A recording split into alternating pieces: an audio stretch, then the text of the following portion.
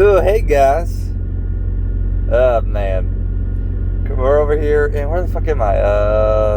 Covington. I said, hey guys, and the cat immediately looks at me when he was sleeping. Like, the fuck, dude.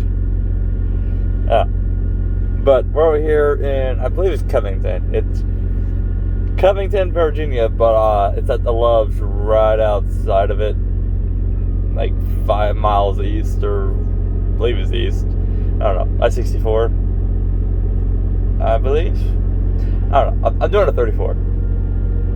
I picked up this load. What the fuck? Wallula out of the Tyson plant. Needed a reset. Well, the load was gonna be tight with my reset.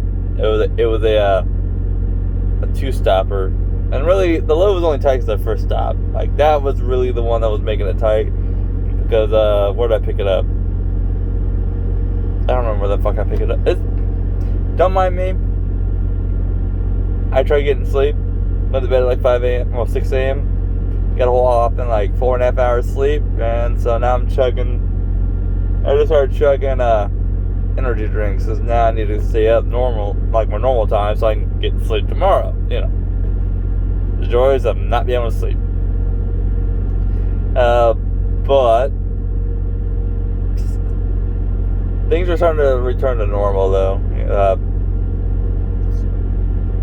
Getting there. So far, so good. Getting there. Still need a haircut, but I gotta wait till I get home. You'd think they would have more barbers out here in truck stops. It'd be great, especially for guys, that really need one and can't get one till they go home. But I picked this load up. I know. Let's see. Tuesday? That sounds right. I think I picked it up Tuesday. It's pretty light load. So that helps the fuel pricing.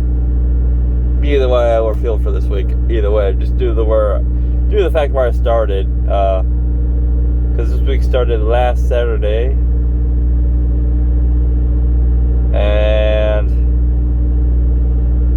started in SoCal. Went straight up I-5 to what is that town? It's like 20 miles or 20 minutes, 40 minutes, something like that, south of Olympia. Starts with a C, I believe. Don't quite remember, and I'm recording my phone, so I can't look it up. But yeah, that place. Unify. It wasn't bad. I mean, 1.8 stars, it was like 1.8 stars for reviews, and I was like, oh fuck, here we go. But I called because I was like 6 hours early, and I didn't really want to check in like my 900 appointments I had called, and they let me check in like 4 hours early, 5 hours early, something like that. So I pretty much got out right after my original appointment time. So that was kind of nice, especially considering I was a little tired. So then I had to drive about 15 miles down the road to a small truck stop and park. And I remember where that pilot was. Chehalis, whatever the fuck it is. Chehalis. Something like that. Tiny one, though. I mean, I didn't really feel like... I mean, I got there and there was like nobody really there. There was like all the pull-through spots, but I didn't feel like doing pull-through because I don't know why. I mean, so I backed for really no reason. I didn't have to, but just did it. But yeah, then I deadheaded from there to Wallula. Was getting surprised, like, it was empty, but it's probably a good MPG. But then, because I had to fill up. I filled in Biggs. That's what sucks about apps sometimes. Biggs, the big sign for the TA Express is, what was it? It said it was like $4.69. I was like, fuck yeah, looking at that shit, let's get that fuel. The app said $4.69. I was like, fuck yeah. I get there, Was it 469? Oh, no. Nope. It was like 520. I couldn't make... Oh, I'm not a big believer of getting... I don't min-max my fuel costs. So, any check I make could always be better if I was a min-max on fuel costs. But I don't min-max because, for one, the way the Freightliner's set up, anybody that has a Freightliner knows they have a reserve of 50 gallons that's on E, meaning it shows you're empty on the fuel gauge, but you still have 50 gallons. It's hard to min-max when you don't know how much fuel is in there precisely. I have a really good idea, because I know my truck pretty damn well, of what's in there, because I do routinely fail for between, I put it in routinely, 140 to 170 gallons. Meaning, if it's past 150, it's on E. It's been on E for a while. The most I put in was 189. I filled up in Laramie on this trip, and I put in, 181, I believe? And that was from Biggs with 2 days of strong headwinds. I mean, my load's heavy, it's like 34,000, but it's not heavy. It's not like the 40,000 plus that really kills your MPG. It was just the fucking headwinds and crosswinds that I kept getting that was really bringing it down. But yeah, I filled up Laramie and Maverick. What the fuck was it? I believe it was 489. No, 479. That was nice. That helped. And I was making up that MPG I lost through Idaho and coming out of Oregon into like Rock River. Like, that's where most of my bad MPG was. That brought me down 0.5. So I lost that much. Like, I started this trip most of 5 hours it was deadheading empty, so that helped. But I started at like 7, 8. By the time I hit Wyoming, I was like 6, 7. So it's like, I'm not counting like the points I lost, the normal load MPG. So, obviously 7, 8 to 6, 7 is more than, 0.5. But obviously when you're loaded, you're going to lose some MPG anyways. So I don't count, because my truck normally does 7 to 7.5 pretty easily. I'm not counting. As soon as you get loaded and pull some weight, especially once you get, because I picked up a Lula, I immediately have to climb to get out of there. So I'm not counting the normal loss that comes with being loaded. I mean, you'll lose MPG climbing out of Wallula or climbing out of Pendleton, period, even being empty. So, I'm not going to count that MPG as losing unnecessary MPG.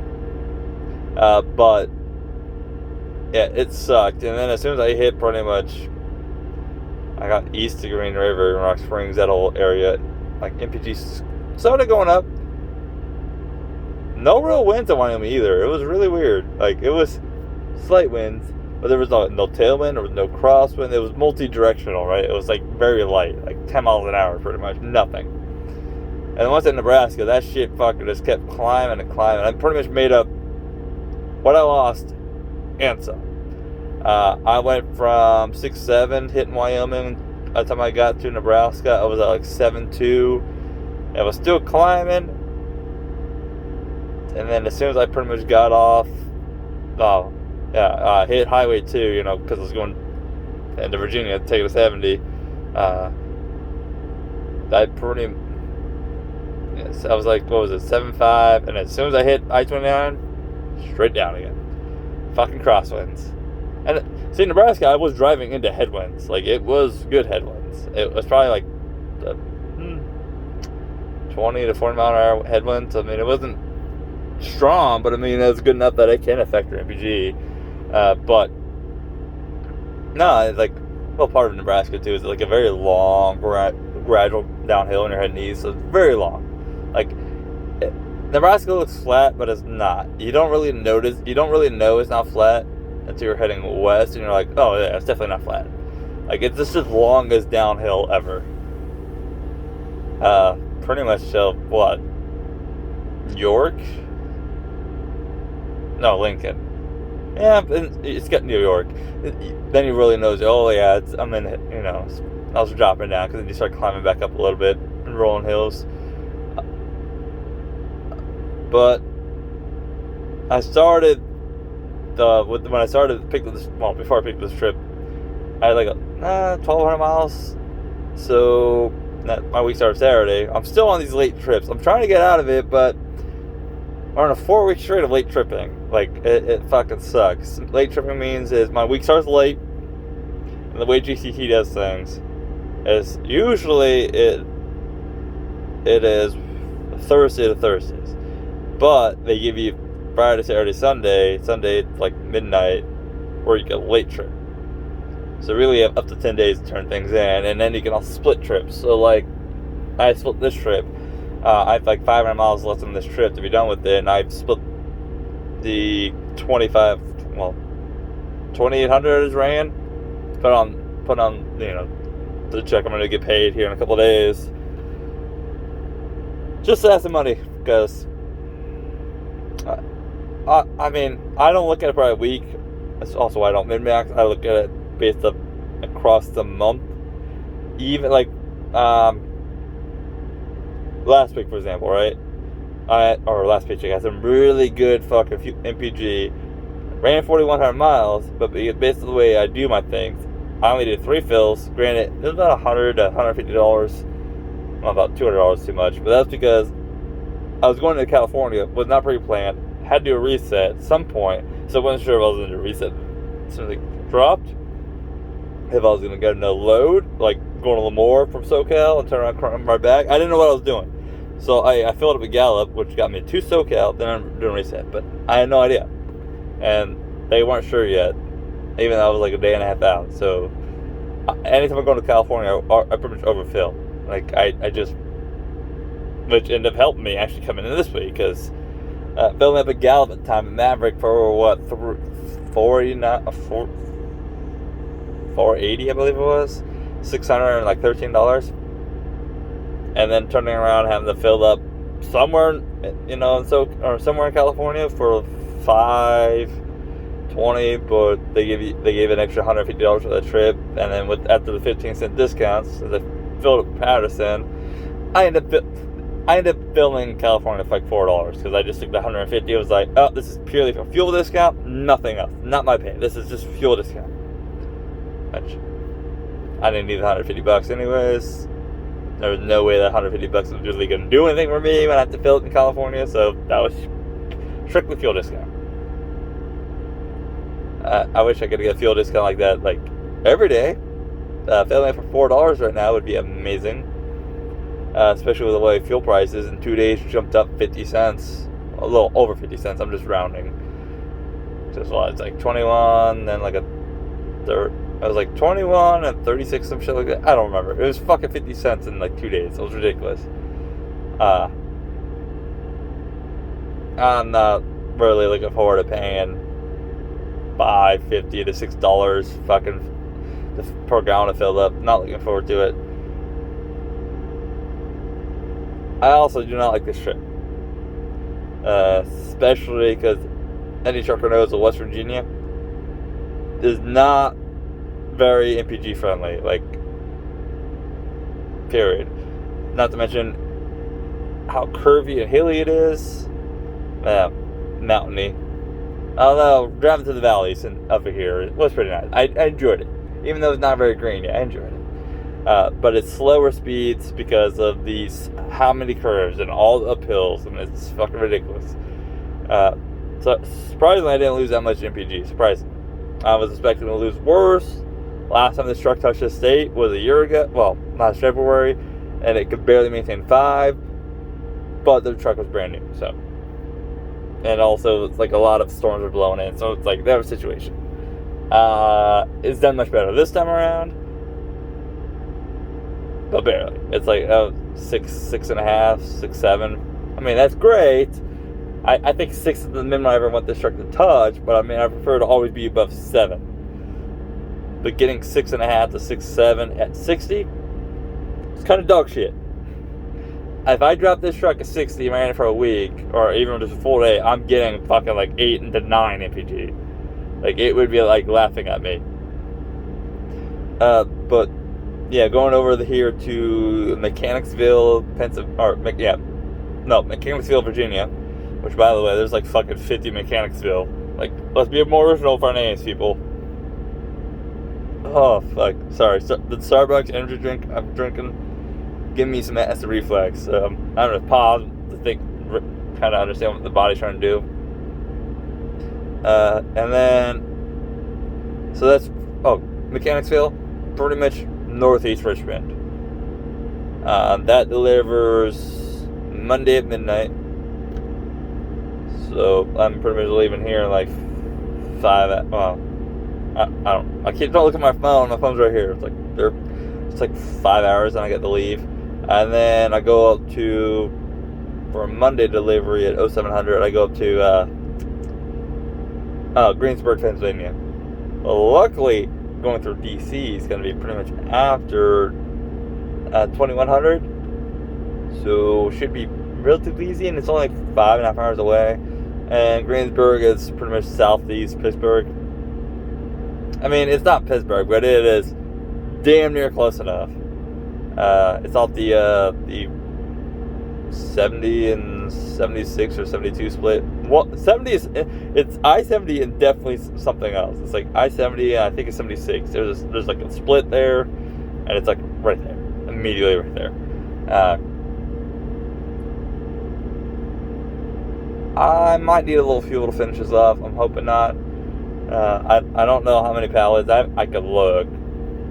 I believe my first stop has taken most of the pallets off. Most. I have like 18 pallets. I believe first one takes like 13 of them. So if I had to drive north, I mean, I probably won't even get fuel.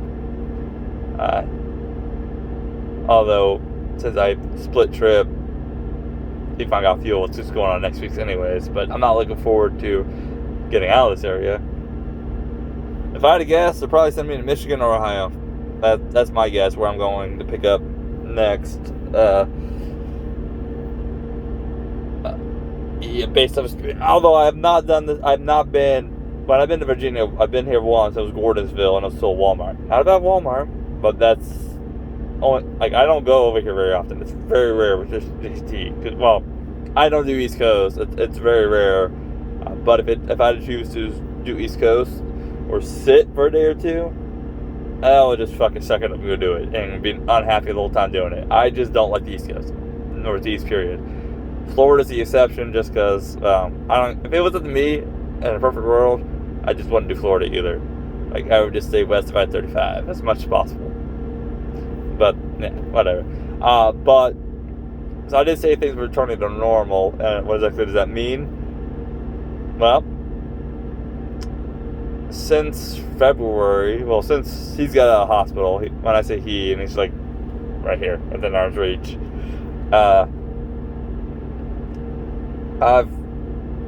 in February I still ran over 10,000 miles in 3 weeks. I ran 10.2 in 3 weeks. Not bad, considering it's only 28 days in February, and he spent 5 days in the hospital. So, not bad. Not bad at all.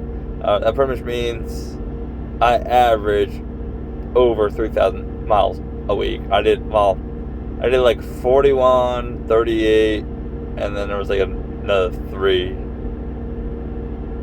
Actually, yeah, a little bit more like that. Something like that. I know the first one was 41, and the second one was 38.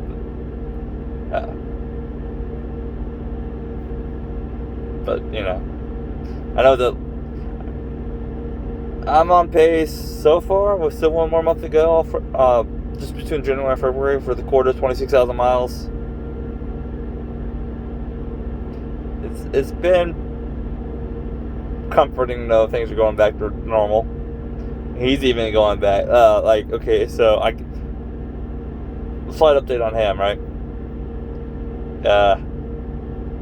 He's pretty much out of it.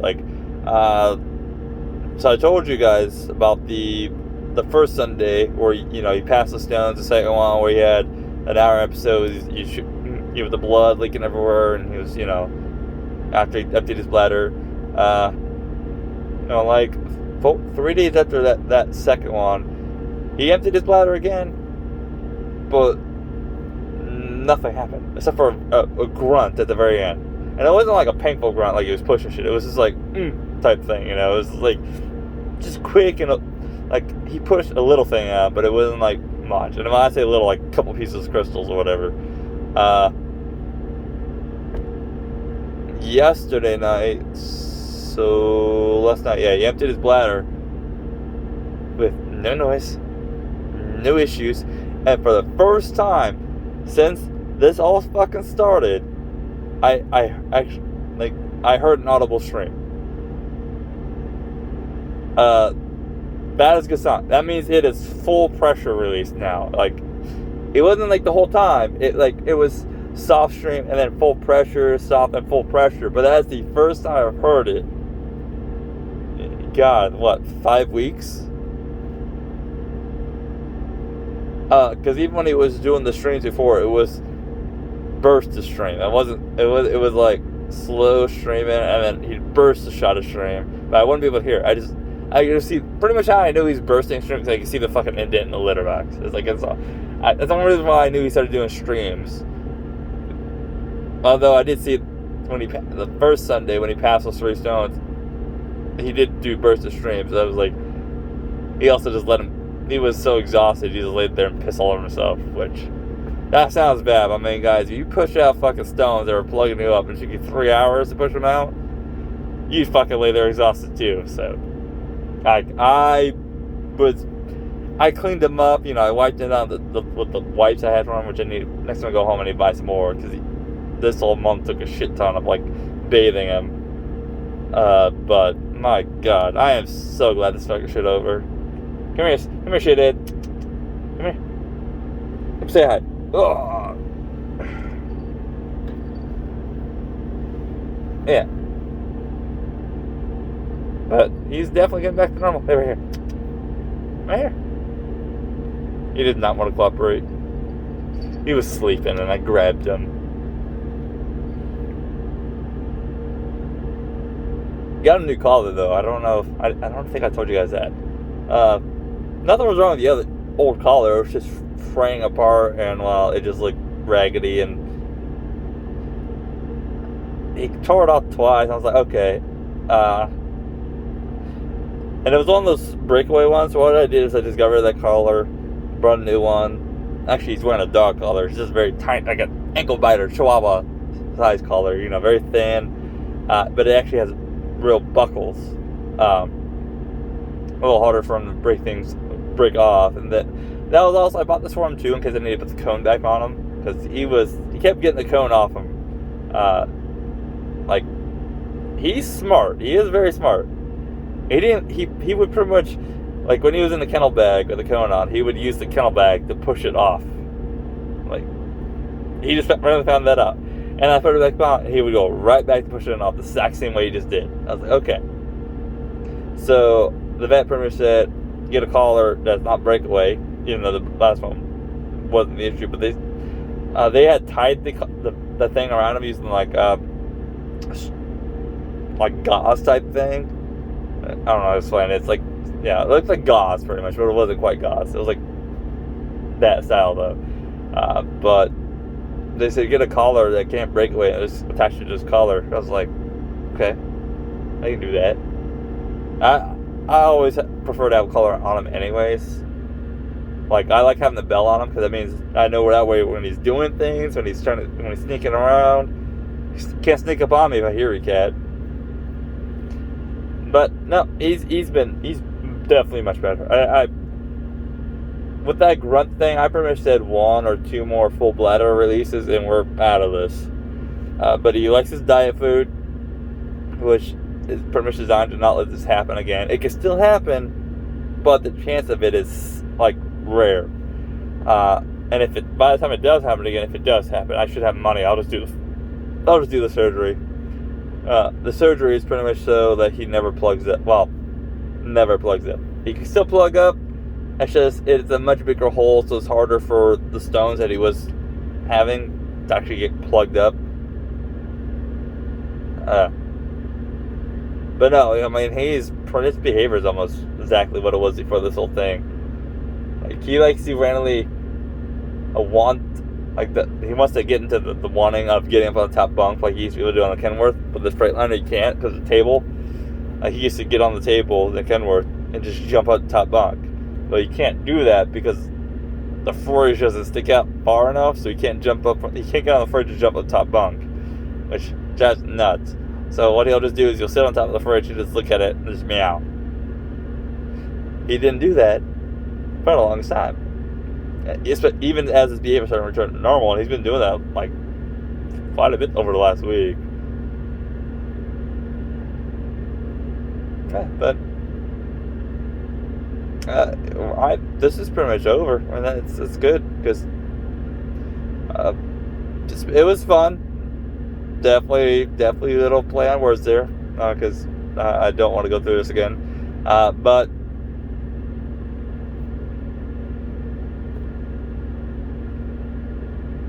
man, I'm just ready to go home at this point. 5 months is about my end of my life out here, meaning I can no longer really take much more bullshit out here as like my cap. And I was home 1 week in October after being out on the road for 5 months. So yeah, I'm ready to go home. That's still about a month away. But like I said, I am now making sure when I go home it is for 2 to 3 weeks. Probably going to be always 3 weeks consecutively. And I mean, I just need to start having a home life. Every quarter, 2 to 3 weeks. Every quarter. I've done some math. For example, right? I can still save money. Even like for the 4,100 mile. Oh wait, I just said the 3,800 mile. Let's just do this one. 3,800 mile check I just got, right? With the 15 cents maintenance I put in, because I'm also the guy that built up my maintenance cap quickly. That I can get that money back that I'm giving to the truck quickly back. So 3,800 miles, that's, if you do it the way I do, it's very easy. So it's like pretty much 380 because that's 10% plus the 140. So I pretty much round out. Well, it's 500. It's $500, but just rounded. Makes it easier to do math in my head. If I can fucking talk. So even with that good chunk of change going into the maintenance account, I did do maintenance. I got to rebuild that, which you guys already know by this point. I'll have that pretty much rebuilt before I even go home. But I still took home over $2,000. And then I'm still saving. I've adjusted my plan a little bit. My original plan was to only don't save any money in the business account while I'm capping off my maintenance. So meaning if I took $2,000 home, I don't take nothing out of that, put it in business. That $500 would have been, if the maintenance was capped, would have been the one going into business. I've changed that. So I don't need much money to live on. My bills are pretty low. Like I just need a minimum like $2,500 for really bills. So I'm now pretty much saving regardless of whether or not my maintenance is capped. Which actually is going to give me much more money. And by the time I need to finance this truck, it's going to have I should have more money than the original plan. The original plan was the 20 to 25,000, I believe I said what it was based off just the maintenance money alone. Nothing to do with saving each money weekly. So I'm also doing it a little bit more aggressive too, meaning 15%, the 15 cents, pretty much the same thing, plus $100. And the reason why I'm doing that $100 is that it's because we did get like a 7% increase, which is about not actually $8,000. I didn't need. My bills were paid before that. $100 does not equal $1,000, but it's most of it. Or So, I mean, if I do 100 grand, which isn't going to be at 52 weeks, or 100 grand. Yeah, but do 100 grand, you know, $100 for 52 weeks. It's only 5,200. So it's going to be, realistically, it's going to be like, just like $3,800, because, you know, if they take off the 12 weeks, that'd be like four. If you take off the 12 weeks, at least I'm going home. So, I mean, $4,000 extra in there is $4,000 extra. It's not a lot, considering what I guess that's like a month and a half of throwing money in there, but whatever. So, like I said, I'm still learning as I go. This, but based on my first year to the second year, especially in the last 6 months, I'm adaptable. I have definitely realized a lot of things. It's not that this 7 per mile thing is impossible. I just have no... I came to GCT, have no intention of staying here to pay the truck off, really, through them. They mean, it'd be nice, but it's like, I don't want to run this truck as hard as I'm doing, just to pay it off faster.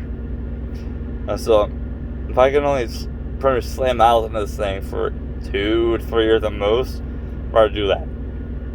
Especially since my first year I put 150,000 miles on it. Second year is probably going to be like 135 to 140. Let's just say 130. Right there is fucking 280,000, right? Put another year on that, and you're fucking pushing 400,000 in 3 years. That is in the same miles on a truck. Now, granted, at least the warranty's good on this thing. This thing does have a good warranty. For a reason why, especially, I mean, this whole lease purchase thing will probably going to save me money in the long run. Especially with trucks being, you know, short and fucking overcharging.